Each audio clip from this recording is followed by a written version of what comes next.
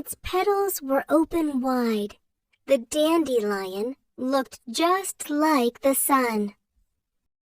The bees and butterflies loved it. They couldn't get enough of its nectar. While they buzzed and fluttered from one flower to the next, the dandelion remained rooted to the spot. The dandelion really wanted to fly. It sighed and said, "I wish I could fly like you and see other places." But can a flower fly? From spring through summer, the dandelion remained a bright yellow color. Then, one day, it shriveled up. The bees and butterflies were busy collecting the nectar from other flowers. The dandelion felt so alone.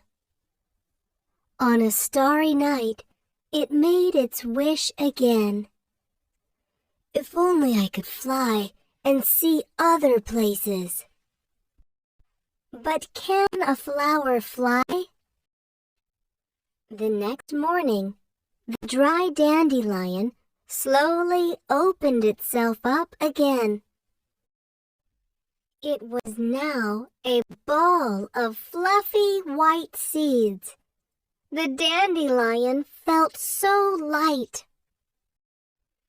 A gentle wind blew, and off the seeds floated like little white stars. The dandelion's white fluffy seeds went far and wide, much farther than the bees and butterflies could go. Its wish had been granted. Those who saw the dandelion fly called it the wishing flower. All they had to do was blow on the fluffy seeds and make a wish. If the flower can fly, why don't you make a wish too? Come on, blow. Won't eat spinach. You've got a tough job if your mom is a picky eater. If I tell my mom we're having pasta for dinner, she'll wolf it down. If I say we're having meatballs and potatoes, she'll sit happily down at the table, no trouble. But if I say we're having a vegetable dish, she'll roll around on the floor in protest. It's not a joke. It's true. But I think all moms are the same. It's like there are no children whose moms aren't picky when it comes to food. We were talking about this at school the other day. My mom won't eat it either. When I insist, my mom hides behind the sofa and won't come out until bedtime. Arthur, who had been listening to us in silence, suddenly spoke up. What on earth are you all talking about? My mom even eats celery. We all stared at him in surprise. What? I said. Is there even such a thing as a mom who eats celery? Yes, he replied confidently. My mom gobbles down every kind of vegetable. Vegetables are full of vitamins, and our bodies need them. Our moms need to eat plenty of vegetables, too. But mine won't, I cried. Then Art told us what he did to encourage his mom to eat vegetables. I took notes as I listened to him intently. Back home from school that day, I prepared the spinach exactly as Arthur had described and waited for my mom to come home. Then the doorbell rang. Zzz! I need to use the bathroom really bad, and I'm starving. What's for dinner? Spinach! As soon as she heard the word spinach, my mom leaned sideways like the Leaning Tower of Pisa. Then she started throwing a tantrum. I won't eat it! I won't eat it! I'll never eat it! But this isn't any old spinach. It's a fun spinach surprise. My mom ran into the living room, threw herself on the couch, and started complaining. Because her head was buried in the cushions, kicking and punching, it was hard to make out what she was saying. I wanted some pizza or pasta with it. Mom, can you please look at me? I can't hear what you're saying. She didn't turn around. She just lifted her head and shouted at the top of her lungs, I'm not eating yucky spinach! I gently took her hand. Look, Mom, we're having spinach for dinner tonight. Come on, let's eat together. We'll chat while we have a nice, healthy meal, I said. My mom just carried on mumbling the same words over and over. I won't eat it, I won't eat it, I won't eat it. I waited a little bit longer and then said, well, all right then, but I'm starving. I'm going into the kitchen now and I'm going to start eating. I'll prepare a plate for you and leave it on the table. You can eat when you're hungry. Softly, I walked toward the kitchen. My mom seemed shocked she hadn't got her way. Suddenly, she jumped up and asked, so what's the surprise then? She'd buried her nose and cheeks so long in the cushions they were bright red. Her hair was a straggly mess and her makeup was smeared across her face. It was hard not to burst out laughing. Well, if you want to know, first wash your hands and face and then come into the kitchen, I said. Reluctantly, she pulled herself up and grumbled as she followed me. If you think I'm going to eat it, you're very much mistaken. Face washed and clothes changed, my mom sat down at the table. I placed a fun spinach burger in front of her, together with a glass of freshly squeezed orange juice. But you told me it was spinach. This is a burger, Mom complained, really stretching out that last syllable. No, this isn't any old burger, you know. This is a fun spinach burger. From now on, I'll prepare all the vegetables into shapes that you like. Then, once you've gotten used to the taste, we'll eat it in our usual meals and in the usual way. Arthur's trick had worked, and it looked like my mom had been won over. And because she was now so hungry and her mouth was watering, she said, I can't wait to taste this. Mom took a bite out of the burger, then chewed, and by the time she'd swallowed the last bite, there was a big smile on her face. Yum! Spinach is really tasty, my darling. Thank you so much, she said. Flushed with my success, I ruffled her hair and said, Enjoy your meal, Mom. So, I'd finally gotten my mom to eat spinach. The first thing I was going to do tomorrow at school was to thank Arthur, and then learn some more fun vegetable recipes. Fun spinach burger to make with grown-ups. Ingredients: 2 onions finely chopped, 2 tablespoons of olive oil, 8 cups spinach chopped in a blender, 2.5 cups day-old breadcrumbs, 1 1/4 cups cheddar cheese grated, 3 tablespoons flour. Fry the onions in 1 tablespoon of oil for 10 minutes, then allow to cool. In a bowl, mix the cooled onions with the spinach, breadcrumbs, and grated cheddar. Whisk the egg in a jug and slowly add to the mixture, stirring to form a dough. Take a piece of the mixture and shape it into a burger. Dip it in the flour, and then fry it in 1 tablespoon of olive oil. Put it in a burger bun and add your favorite toppings. Bon appetit! Story of an umbrella that was thrown out after getting damaged in a big storm. What? Thrown out? I wasn't thrown out. I'm just resting for a while. Maybe I do let the rain through, but I can offer protection from the sun. In actual fact, I am not just an umbrella. Sometimes I'm a shield. Sometimes a walking stick. Who knows? Maybe I could be a lampshade. Maybe I could be a flower pot. If you want, we can play games together. you might find me being a boat on the sea, or a kite flying high in the sky, because I'm not just an umbrella. What else do you think I could be? There was a beautiful, beautiful cloud floating above my head. As I stared at it bewitched, my mom and dad were gazing at me, similarly awestruck. They both had a pink cloud over their heads, too. Their clouds were touching each other. At first, I was determined to eat my pink cloud.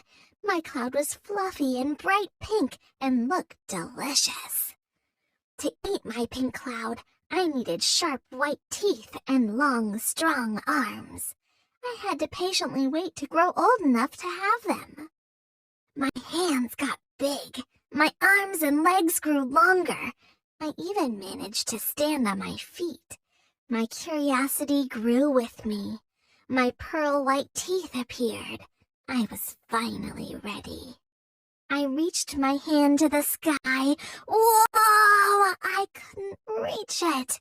I tried again. I couldn't catch it. Whoa! I'll catch it with my legs, I said. It wasn't long before I learned the strange language of the adults. After years of wondering, it was now time to find out what this pink cloud really was. Hello, my name is Mino. Not a peep out of the pink cloud. Pink cloud! I realized that the pink cloud couldn't talk. Everything that I have learned in my life is due to watching those around me. So I decided to learn the secrets of the pink cloud by carefully observing people. On a spring day when the scent of flowers filled our house, my mom was sitting in front of the window reading a magazine. Her pink cloud was huge. Curious, I asked her, "Mommy, why is your pink cloud bigger than mine?" "Because I've been growing my pink cloud for many years, Mino." I had learned a very interesting thing about the pink cloud. So it got bigger over time. This made me very excited. But how was this? I decided to take my investigations outside. I opened the door to our house and ran into the garden. Our neighbor Auntie Tootie had cheeks as pink as her cloud. Old Auntie Tootie had only half a cloud. When I saw this, I wanted to take some of my pink cloud and add it to Auntie Tootie's. But I saw that we can't give our clouds to anyone else. I gave her a big hug and kissed her pink cheeks. Even if her pink cloud didn't fill out, it did become pinker. Our neighbor Lena's pink cloud was so pink and so big that it was spilling out of her window. Lena looked out and smiled at me. Delighted, I waved at her from the garden. It wasn't only people who had pink clouds. Tom Tom the cat, who came by our house every day, also had a pink cloud. I filled up Tom Tom's dish. He thanked me, and I smiled at him. Meow. I was just thinking I was about to solve the mystery of the pink cloud when... Ah! What's that? There was someone crossing the road with a tiny gray cloud. I stared in shock and surprise. I rushed back to my mom to ask her about it. Some people take great care of their pink cloud. They let it grow and they make it more beautiful. And some people forget about their cloud, so their cloud shrinks a little bit. Others become cross with their cloud, and these clouds lose their color. And with this answer, I solved the mystery of the pink cloud. The pink cloud contains our dreams. Some people have forgotten their dreams, and some dreams are only half completed. But there are those who reach for the sky and let their dreams get bigger and bigger. It was almost winter. The trees were gently letting go of their leaves. The sun made brief appearances, then disappeared. The on and off rain stopped Flynn and his friends from flying around and having fun. Flynn and the other flies had to wait in their nests for sunny weather so that they could play freely in the forest. Flynn spent most of the rainy days in his nest, painting pictures. One cold day, when the sun was hiding behind the clouds, Flynn saw a group of flamingos preparing to start their journey. I can't spend the whole winter hiding here, waiting for summer. Hey, all this preparation must mean you have a long journey ahead of you. Where are you going? My dear friend Flynn, I was just coming to say goodbye. We flamingos are about to hit the skies. We're going to a place where it's summer now. In other words, the land of summer. Oh, so you're going to a country where it's always summer? Oh, how wonderful that would be. We wouldn't need to travel at all. It's not summer all the time there. As winter is about to arrive here, in the land of summer, all the animals are getting ready to come out of hibernation and start enjoying the sun. When the weather starts to get cold over there, and our wings begin to feel the chill, the cold and rain here start to make way for the sun and warmth of summer. And that's when we'll come back, dear Flynn. So there's a way to always live in summer? Of course. Why else would we birds go to so much trouble? I've traveled the whole world, Flynn, so as your friend, you can trust what I'm telling you. That makes so much sense. You flamingos have found a great solution. Thank you so much. Take care, and don't forget about us, Flynn. See you in the summer. As the flamingos were setting off to the land of summer, Flynn watched them from a distance. What big wings the flamingos had. Could Flynn go to the land of summer? Flynn was excited to think he might be able to embark on such a big adventure with such tiny wings. There must be a way, he thought. As he thought and wondered, he found himself on a street near the city. Go into the house. Go into the store. Panda Cotta was drawing a picture in his room. He'd drawn a wonderful spaceship. He had just started coloring in his drawing when his mom called out to him. "Come on, it's time for bed." Reluctantly, Panda Cotta put down his crayons. He brushed his teeth. He put on his pajamas. He got into bed. His mom went to his room to wish him good night. "I don't want to go to sleep," Panda Cotta whimpered. "All pandas need to sleep," said his mom. "But whenever I go to bed, scary thoughts come into my head." His mom cuddled him affectionately. "I know," she said. Panda Cotta widened his eyes in astonishment. "How do you know? There was a time when scary thoughts stopped me from sleeping too." Panda Cotta was very surprised to discover his mother had once had scary thoughts too. So that means adults also find it hard to go to sleep because of scary thoughts. He thought to himself. "So how do you get to sleep now?" he asked, not quite convinced. "Well, I've discovered a game called the Scary Thoughts Box," his mom answered, and with a wink, left the room. Panda Cotta was very curious about his mother's box of scary thoughts. His mom soon came back carrying a tiny box. "So, this is my Scary Thoughts Box," she said. She opened the lid. It was empty. "All the scary thoughts in my head get shut up inside this box, and then they disappear altogether." Panda Cotta was very excited.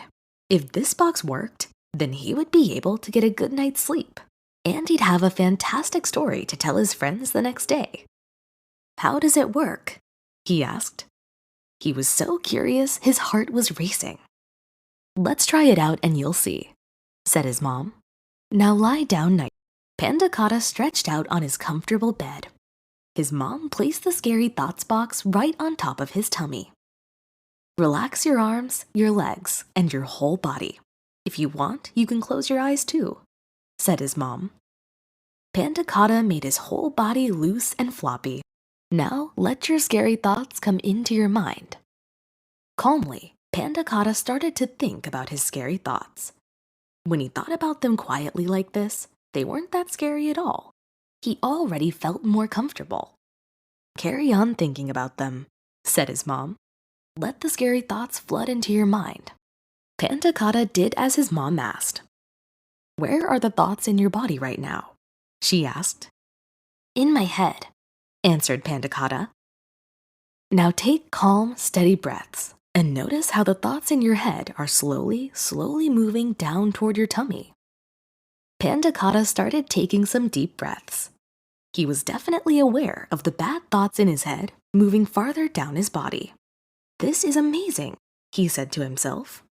In a little while, there will be no scary thoughts left in you, said his mom, because all the scary thoughts in your head will have entered this little box. Just carry on breathing calm, said.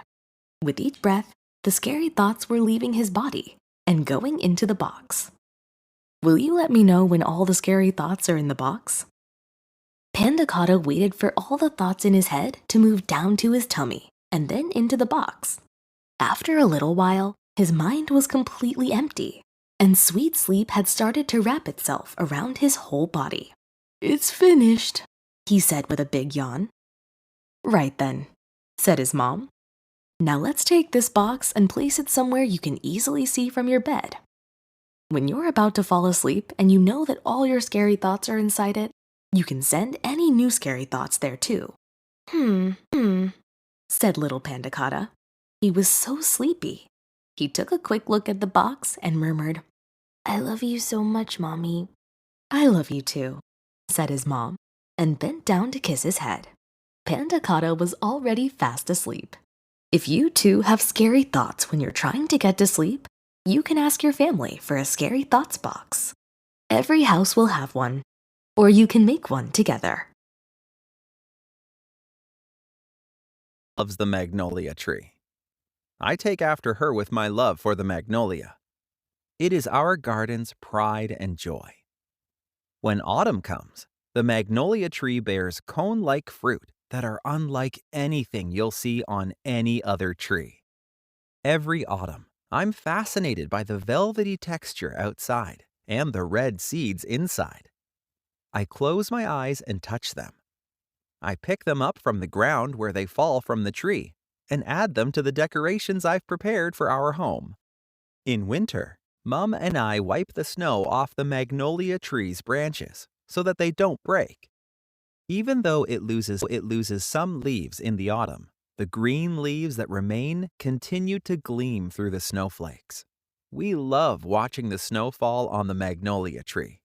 When spring comes, tiny buds begin to appear on its branches, and the magnolia tree in our garden decorates its branches with white flowers.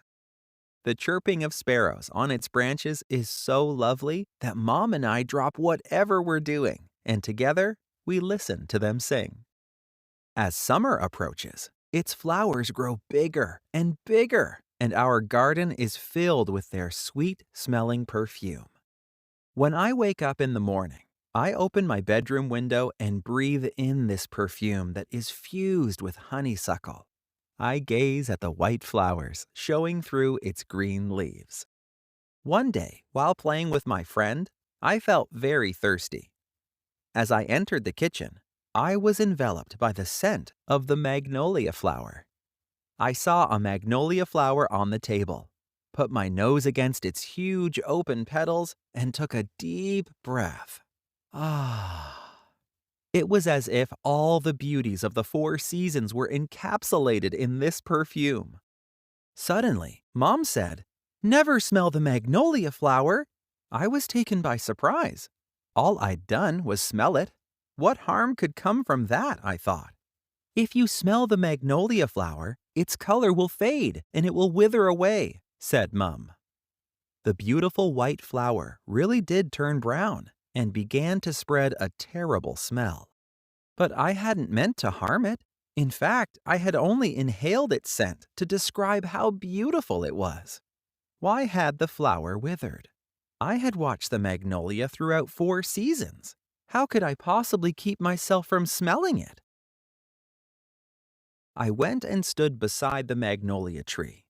The rain that had started a short while ago suddenly stopped, as summer rain always does. I looked at the reflections in the raindrops on the flowers. I looked at the earth. They both nourish the tree. The sun was shining through its leaves. Flowers open in the sunshine. Autumn rain and winter snow make the tree trunk grow. And thanks to the trees, it rains again. Birds convey love as they rest on their branches, but none of them takes anything from the tree without permission. Now I understand. We give to each other. We take only as much as we need. We look, we smell, we touch, we enjoy. That is all. Mum came outside, and I hugged her. "Shall we enjoy the flowers on the tree, Mum?" I said. She laughed and kissed my head. "Okay, darling," she said. Together we enjoyed the beauty of the flowers and gazed at the drops of rain on its leaves. We inhaled its perfume deep inside. The magnolia flowers were beautiful on its branches.